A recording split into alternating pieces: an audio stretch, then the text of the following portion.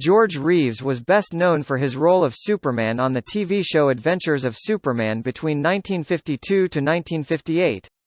Despite featuring in numerous other projects, his other roles were small and often without any lines, but George seemed to live a seemingly unmemorable life, but when George dies his status was elevated.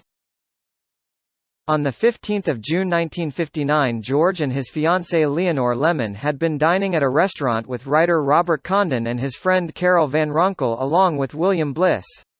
The party went back to George's house after the meal. Arriving around midnight, George would head straight to bed while later a single gunshot was heard by the guests. William ran into George's bedroom and discovered George lying on the bed naked with a bullet wound to his head and a pistol sitting between his feet. A drunken Leonore and the other equally intoxicated guests took a while to call the police, who after investigating had ruled the actor's death was suicide. The decision was made based on witness statements which claimed that everyone but George had been in the living room at the time the shot was heard.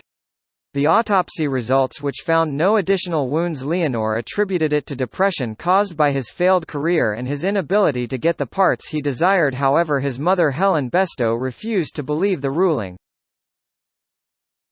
A second autopsy was called for, and this time a series of bruises about the head and the body were found and a second investigation was started. In addition, there were overlooked details from the first investigation that were brought to light, including a lack of fingerprints recovered from the gun as well as the presence of 2 bullets in the bedroom floor. This new suggestion that George's death was now foul play. A month later, the renowned lawyer Jerry Giesler Mysterioli withdrew from the case and the investigation was then closed. Many have remained suspicious about the true cause of George's death, with several potential solutions offered. Shortly before his death, George had been having an affair with an actress and dancer Toni Mannix, who was married to Eddie Mannix. He was an executive producer known for his role as a fixer, helping Hollywood stars to maintain their public image.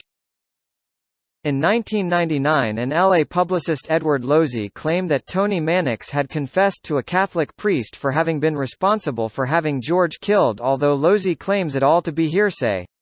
Many suspect Eddie Mannix wielded the power to hire a hitman to kill George, but the truth will likely never be known.